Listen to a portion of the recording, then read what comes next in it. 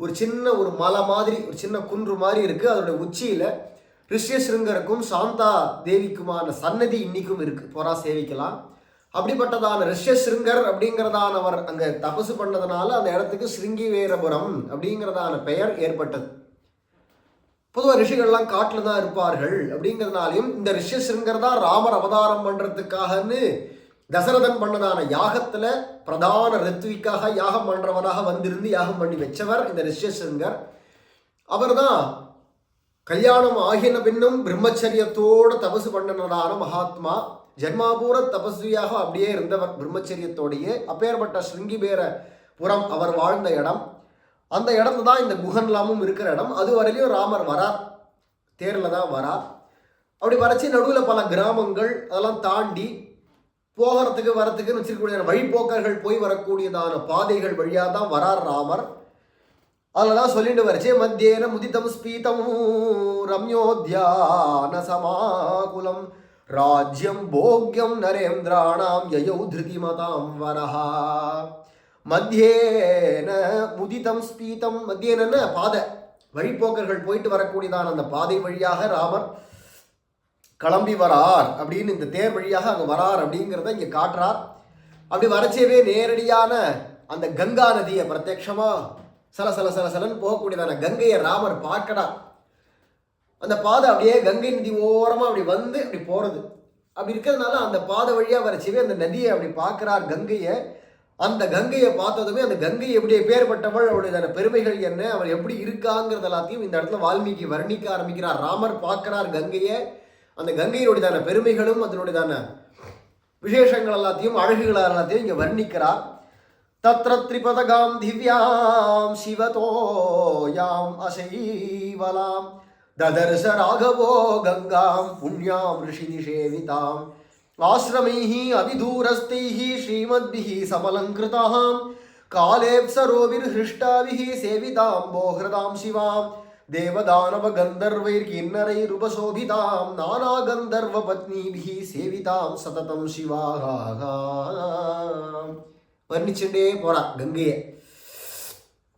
கங்கா நதி அப்படிங்கிறது சாட்சாத் விஷ்ணுபாதோத்பவா கங்கா அப்படின்னு பகவான் ஸ்ரீமன் நாராயணன் திரிவிக்ரமனாக இந்த அனைத்து உலகங்களையும் அளந்த பொழுது அவருடையதான அந்த திருவடியில இடது காலை தான் அப்படி மேலே தூக்கினான். வலது கால திருவடியை கீழே வச்சுண்டு பூமியை அதளம் வித்தள சுத்தளம்னு கடைசியில் பாதாள பர்யந்தம் கீழ்லோகங்கள் எல்லாத்தையும் அளந்துட்டு தன்னுடைய இடது காலால் சத்தியலோக பர்யந்தம் அளந்தாராம். மேலே பிரம்மலோக பர்யந்தம். அந்த இடது கால் பகவானுடைய திருவடியை கண்டதுமே பிரம்மா தனக்கும் மேற்பட்டவனாக, தனக்கு அப்பனாகவும் தனக்கு தெய்வமாகவும் இருக்கக்கூடியதான மகாவிஷ்ணுடைய சரணம் அப்படின்னு ஆசைப்பட்டு அதுக்கு பூஜை பண்ணார். குண்டிகை நீர் பெய்து அப்படிங்கிறார் ஆழ்வார். குண்டிகைன்னு கையில் வச்சிருக்கக்கூடியதான கமண்டலுவாகிய தீர்த்த பாத்திரம், அதனால தீர்த்தத்தை வார்த்து புஷ்பங்கள்லாம் சேர்த்து பூஜை பண்ணாராம். அது பிரம்மாவனுடையதான சத்தியலோகத்தில் பிரம்மாவுடையதான உயரத்துக்கு அவருக்கு ஏற்றபடிக்கு எவ்வளோ பெரியதான கிண்டி வச்சுட்டு இருப்பாரோ. ஆனால் அதுலேருந்து அத்தனை தீர்த்தத்தையும் சேர்த்தாலும் அந்த பெருமாளுடையதான திருவடியில் இருக்கக்கூடியதான கட்டவரல் நகத்தில் ஒரு மூளைக்கு கூட அது நனையலையாம்.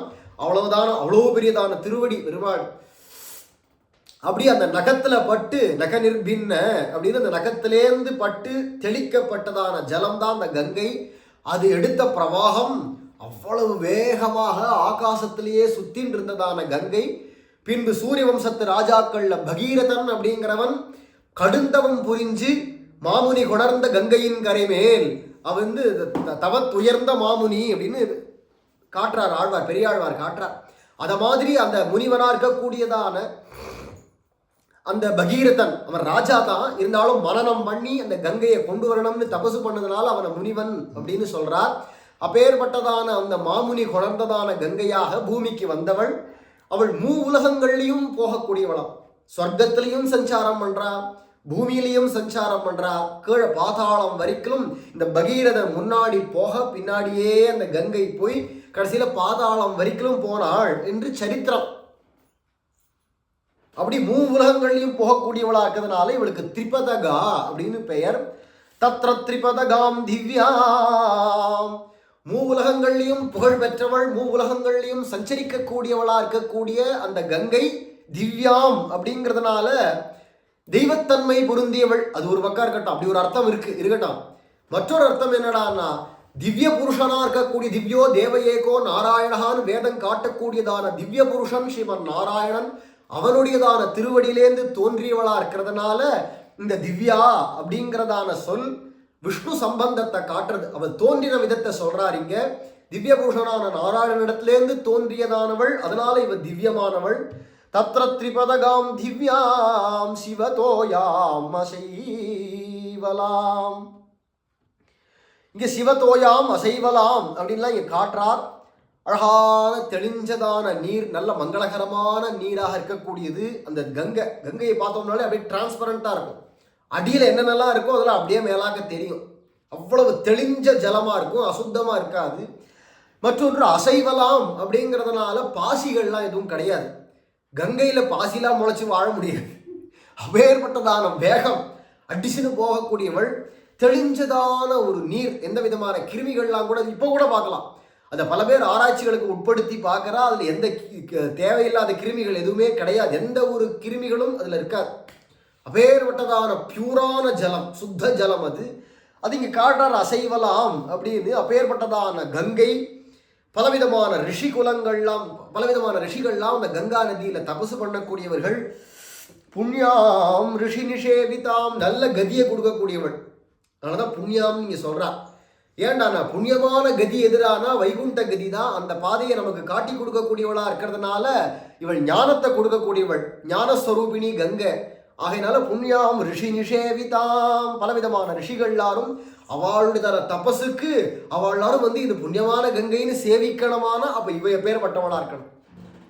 உண்மையா பார்த்தா தேவர்கள் கூட அந்த ரிஷிகளை பார்த்தா அவ கை குவிச்சுன்னு நிற்பா. அந்த அளவுக்கு தபசு உடையவர்கள். தேவர்களுக்கே முடிஞ்சா சாபம் கொடுக்கலாமா, அவளையே ஆட்டி படைக்கலாமான்னு பார்க்கிற அளவுக்கு சக்தி உடையவாவா. அப்பேற்பட்ட சக்தி உடையதான ரிஷிகள் வந்து இவளை சேவிக்கணுமான இவளுடையதான பெருமை அதுலேருந்தே தெரிகிறது. அப்பேற்பட்டதான அந்த கங்கையை ராமர் பார்த்தார். ததர்ச ராகவோ, ராமர் பார்க்கிறாராம் அந்த கங்கையை.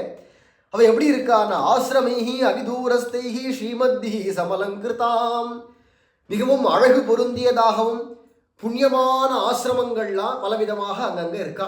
இந்த அருகாமையில் கங்கை கரையில் பலவிதமான ஆசிரமங்கள், எல்லாம் ரிஷிகள் முனிவர்கள் இல்லை பிராமணர்கள் இவள் எல்லாரும் அங்கே பொதுவாக நதிக்கரையில் தான் வாழ்வார். அவளுக்கு அடிக்கடி தண்ணீர் தேவை, தண்ணீர்லேயே இருக்க வேண்டியவா. அவள் அடிக்கடி ஸ்நானம் பண்ணுறதோ ஆச்சமனம் பண்ணுறதோ ஏதோ ஒரு தண்ணீரில் சம்பந்தம் இருந்துகிட்டே இருக்கும் அவளுக்கு.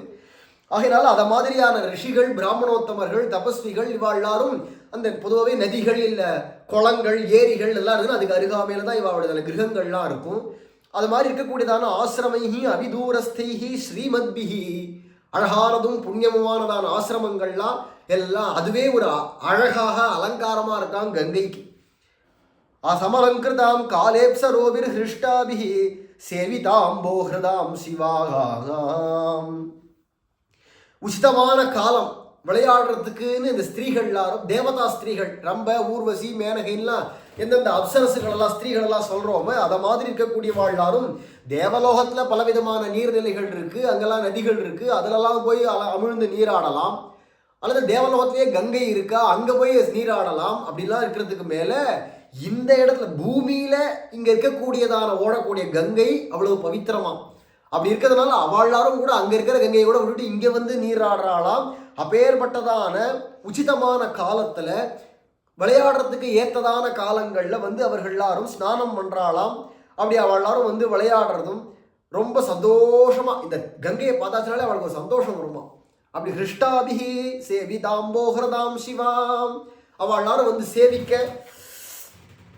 அது மாதிரி சில இடங்கள்ல மடுக்களாக தேங்கி இருக்கு, ஆழமான இடங்கள். சில இடங்கள்ல அப்படியே விறுவிறுன்னு போயிட்டே இருக்கும். கங்கை எல்லா இடத்துக்கும் ஒரே மாதிரி தான் போகும். சில இடங்கள் ரொம்ப ஆழமா மடு மாதிரி சில இடங்கள் இருக்கா. அதை மாதிரி மடுக்களும் இருக்கக்கூடியதான கங்கை. அதுக்கு மேல தேவதானவ கந்தர்வைஹி கிண்ணரைஹி உபசோபிதாம் நானா கந்தர்வ பத்னிபிஹி சேவிதாம் சததம் சிவாகாம். தேவர்களா இருக்கட்டும், தானவர்களா இருக்கட்டும், கந்தர்வர்களா இருக்கட்டும், கிண்ணறர்கள் யார் யாரெல்லாம் இருக்காளோ எல்லாரும் வந்து இந்த கங்கையை சேவிக்கிறாளாம். அப்பேற்பட்டதான கங்கை எல்லாரும் வந்து வந்து வந்து வந்து சேவிக்கக்கூடியதான அளவுக்கு பெருமை பெற்றது. தேருடை கமலத்து அயனோடு தேவர் சென்று சென்று இறைஞ்சிட பெருகு வானிடை முதுநீர் கங்கை அப்படின்னு பெரியாழ்வார் காட்டுறார் இல்லையா. அப்படி தேவர்கள் எல்லாரும் வந்து வந்து சேவிக்கிறா திருவங்கை ஆழ்வார் காட்டுறார். தேனமர் சோலை கற்பகம் பயந்த தெய்வனன் நறுமலர் கொணர்ந்து வானவர் வணங்கும் கங்கையின் கரைமேல் எல்லாம் பத்ரிகாசிரமத்தை பாடும்போது சுவாமி திருமங்கையாழ்வார் பாடுற வார்த்தைகள். அப்படி இருக்கிறதுனால அப்படி தேவர்கள் எல்லாரும் வந்து பலவிதமான கற்பக புஷ்பங்கள் எல்லாத்தையும் கல்பக புஷ்பங்கள் எல்லாத்தையும் கொண்டு வந்து சேர்க்கிறாளாம் கங்கையில. பாரிஜாதம்னு சொல்றோமே அந்த தேவலோகத்து புஷ்பம், அதை கொண்டு வந்து பூஜை பண்றாளாம் கங்கையை. தேவர்கள் எல்லாரும் பூஜை பண்ணக்கூடியவர்களாக, பூஜை பண்ணக்கூடிய பெருமை உடையவள். தேவர்கள் எல்லாரும் வந்து வந்து வந்து சேவிக்கிறாளாம், சென்று சென்று இறைஞ்சிட அவளால் வந்து பிரார்த்தனை பண்றா, இது வேணும் அது வேணும்னு கங்கை கிட்ட பிரார்த்திச்சுக்க அவர்களுக்கு வேண்டியதான பலன்களை கொடுக்கக்கூடியவளா இருக்காளாம் இந்த கங்கை. அப்படி அவர்களாலும் உபசோபிதாம்னு அவளால் சோபிக்கிறா. இதுல வந்து வந்து அவளுக்கு வேண்டியதான பலன்களை பெற்றுக்கொண்டு போறார்கள் தேவர்கள் எல்லாரும். நானா கந்தர்வ பத்னிபிஹி, பலவிதமான கந்தர்வர்களுடையதான மனைவிகள் கந்தர்வினிகள் இருக்காளே அவள் எல்லாரும் வந்து வந்து சேவிக்கிறாளாம். அவள் எல்லாரும் வந்து வந்து ஸ்நானம் பண்றதும் உற்சவங்கள் கொண்டாடுறதுமாக இப்படி இருக்கக்கூடியதான திவ்யமான நதியாம். கிரீடா தேவா கிரீடா சதா கீர்ணாம் தேவோத்யான சதாயுதாம் தேவார்த்தம் ஆகாசகமாம் விக்யாதாம் தேவ பத்மினி. தேவர்களுக்கே உரியதான சில தோப்புகள்லாம் உண்டு, தோட்டங்கள்லாம் உண்டு, சில மலைகள்லாம் உண்டு. அதை மாதிரி மலைகள்லையும் தோட்டங்கள்லையுமாக போகக்கூடிய வழிகள் பலவிதமான இவருடைய கரைகளில் அதை மாதிரியான தோட்டங்களோ மலைகளோ இருக்கா. தேவர்களுக்கே உரியதான இமயமலைகள் எல்லாமே நிறைய இடங்கள்ல இமயமலையில் அதெல்லாம் தேவபூமின்னே சொல்லுவா, மனுஷ பூமி இல்லை தேவபூமி.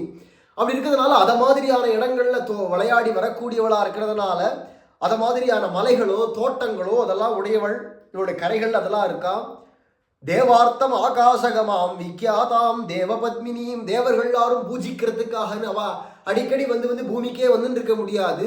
அப்படி இருக்கிறதுனால அவ அப்பப்போ இங்கே பூமிக்கு வருவா. நித்தியப்படிக்கு அவ பூஜிக்கணும் அப்படிங்கிறதுக்காகன்னு ஆகாசத்துல ஆகாச கங்கையாக வரக்கூடியவள். இவளுக்கு பேரே தேவ பத்மினி. கங்கையுடைய பல பெயர்கள்ல தேவ பத்மினி அப்படின்னு ஒரு பெயர். மற்றொன்று பூஜைக்கு தேவனாலே ஸ்ரீமன் நாராயணன். அப்படி இருக்கிறதுனால அந்த தேவனான ஸ்ரீமன் நாராயணனுக்கு பூஜார்கமான புஷ்பம் தாமரை, சாத்திகமான புஷ்பம். அந்த புஷ்பம் நிறைய பூத்திருக்காம். அதனால தேவ பத்மினி. ஜலாகாதாட்டஹாசோக்ராம் பேன நிர்மலஹாசினீம் கொச்சித் வேணி கிருதஜலாம் கொச்சித் ஆவர்த்த சோபிதாம். பொதுவாகவே இந்த கங்கையில ஒரு விஷயம் என்னன்னா, அங்கங்க நடுநடுவில் வேற வேற நதிகளோ அல்ல காட்டார்களோ வந்து கலக்கும். நதி இந்த கங்கை இப்படி வந்துட்டே இருப்போம், அங்கேயே இன்னொரு நதி ஒன்று வந்து ஜல்லுன்னு இப்படி கலக்கும். அப்போ அந்த தண்ணீரும் இந்த தண்ணீரும் ஒன்றுத்துக்கு ஒன்று மோதரச்சே அப்போ ஒரு சப்தம் வருமாம்.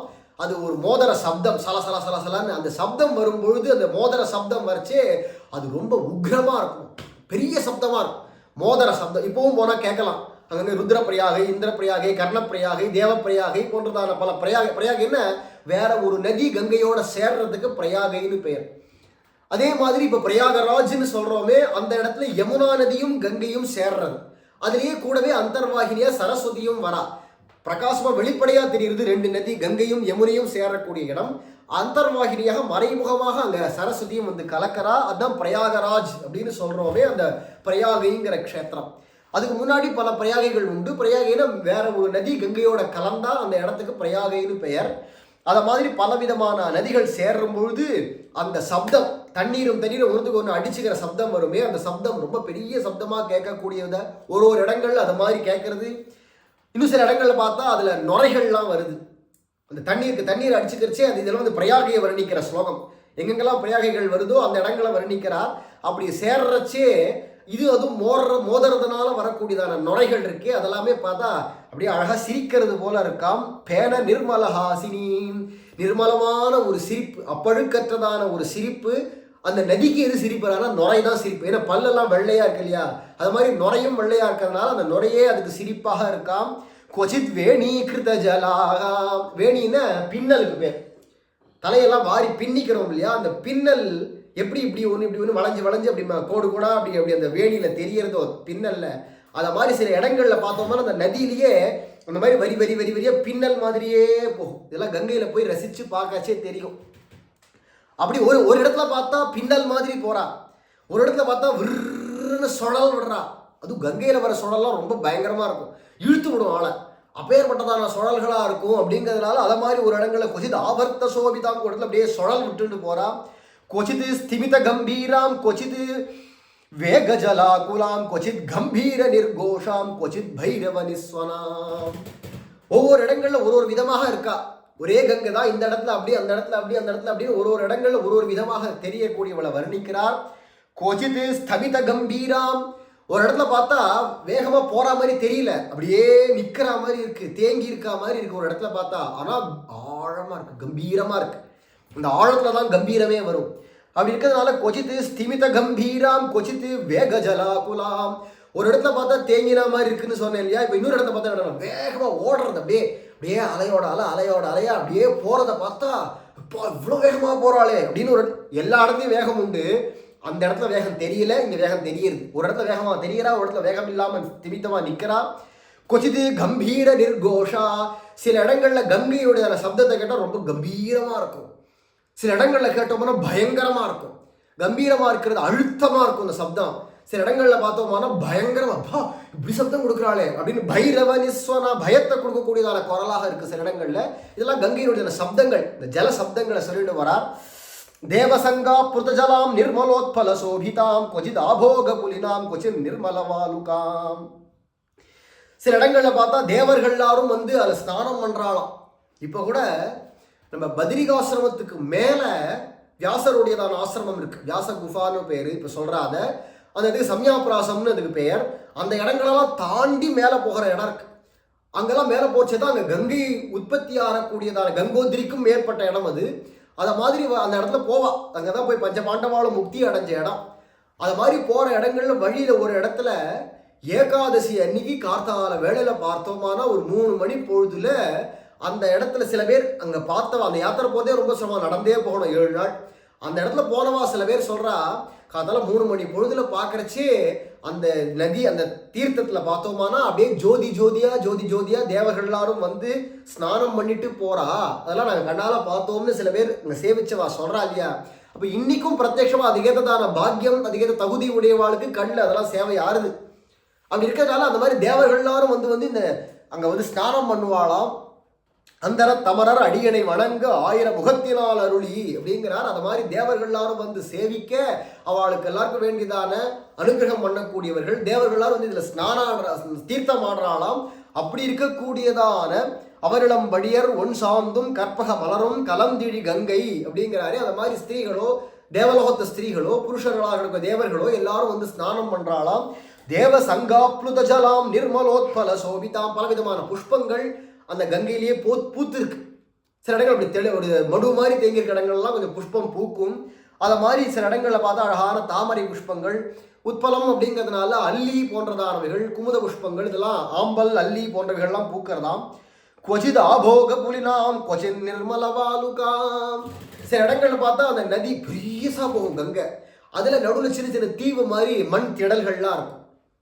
சில இடங்கள் அந்த மாதிரி ஏற்படும். இது யமுனையிலையும் உண்டு, கங்கையிலையும் உண்டு. இப்போ நம்ம பிரத்யட்சமாக காவேரியில் பார்க்குறோமே, காவேரி ஆத்திரே நடுவில் ஸ்ரீரங்கம்ங்கிறதே ஒரு தீவு தானே, காவேரியில் மத்தியத்தில் ஏற்பட்ட தீவு தானே. அந்த மாதிரி தீவுகள் அங்கங்கே உண்டு. கிருஷ்ணத்வைபாயனர் அப்படிங்கிறத வியாசருக்கு பேர் ஏற்பட்டதுக்கே கிருஷ்ணான யமுனை, அந்த யமுனையில் நடுவில் ஒரு சின்ன தீவு இருந்ததாம். அந்த தீவில் அவர் தோன்றினதுனால அவருக்கு கிருஷ்ணத்வைபாயனர், தீபம்னா தீவு. அதே மாதிரி கங்கையில் உண்டு. அதுக்கு எதுனா இப்போ நவத்வீபம்னு சொல்கிறோமே, சைதன்ய மகாபிரபு அவதாரம் பண்ணினதான ஊர். அந்த நவத்வீபம் அப்படிங்கிறது கங்கையினுடைய நடுவில் 9 தீவுகள் அங்கங்கே இருந்தது. அங்கே அது கிராமமாகவே இருந்தது. ஜனங்கள்லாம் அங்கே வாழ்ந்துட்டு இருந்தாலும் இப்பவும் வாழற மாதிரி இருக்கு. இந்த மாதிரி நவதீபங்கள் இப்பவும் போகலாம். படகுல அழைச்சின்னு போவா, இந்த தீபத்திலேருந்து அந்த தீவு, அங்கேருந்து இங்கே, அங்கேருந்து இங்கேன்னு அழைச்சின்னு போயிட்டு வருவா. அதை மாதிரி தீவுகள்லாம் நிறைய உடையதாம் கங்கை. அவ்வளவு பெரிய தீவுகள் ஏற்படணுமான அதனுடைய விஸ்தாரம் எவ்வளோ பெருசாக அகன்று போகணும் கங்கை. அப்பேற்பட்டதான ஒரு கடலுக்கு நிகராக போகக்கூடியவளா இருக்கா கங்கை, யமுனை போன்றவைகள்லாம். அதில் இந்த கங்கையில் சில இடங்களில் பார்த்தா கொச்சித் ஆபோக புலினாம், சிறு சிறு தீவுகள்லாம் சில இடங்கள்ல இருக்கு. கொச்சித் நிர்மலவாலுகாம், அதனுடைய தண்ணீர்லேயே கூட இல்லை தண்ணீர் கரையில் கூட சில நிறைய கூழாங்கல்லாம் இருக்கா. வாலுகாம்னா கூழாங்கல்னு அர்த்தம். நிறைய கூழாங்கல்கள்லாம் இருக்கு. சில இடங்களில் பார்த்தா களிமண்ணா இருக்கும், காலை வச்சோன்னா பசக்குன்னு அமுகிக்கும். அதை மாதிரி சில இடங்கள்ல தண்ணீர் கங்கையிலேயே ஆழத்தில் காலை வச்சோம்னா மண்ணா இருக்கும். சில இடங்கள்ல களிமண்ணா இருக்கும், சில இடங்கள்ல கூழாங்கல்லாம் இருக்கும். அப்படி இருக்கிறதுனால கூழாங்கல்லாக இருக்கக்கூடியதாக இப்படிலாம் பலவிதமான அந்த வர்ணனைகளை சொல்லிட்டு போறார். அப்பேற்பட்டதான கங்கையை ஸ்ரீ ராமச்சந்திர பிரபு பார்க்கிறார் அப்படின்னு ஆச்சரியமான வர்ணனை மேல நாளைக்கு அனுபவிக்கலாம். ஜானகி காந்த ஸ்மரணம். ராம ராம ராமானுஜா ராமானுஜா ராமானுஜா ராமானுஜா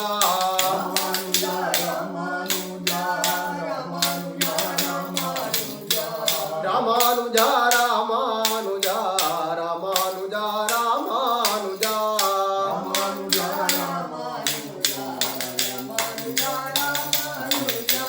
ராமானுஜா ராமானுஜா ராமானுஜா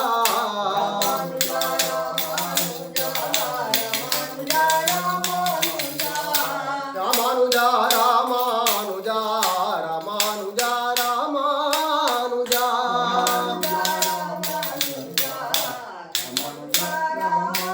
स्वामी रामानुजाचार्य महाराज की जय बोलो गोमटम स्वामी की जय. श्रीमते रामानुजाय नमः. श्रीमते रामानुजाय नमः.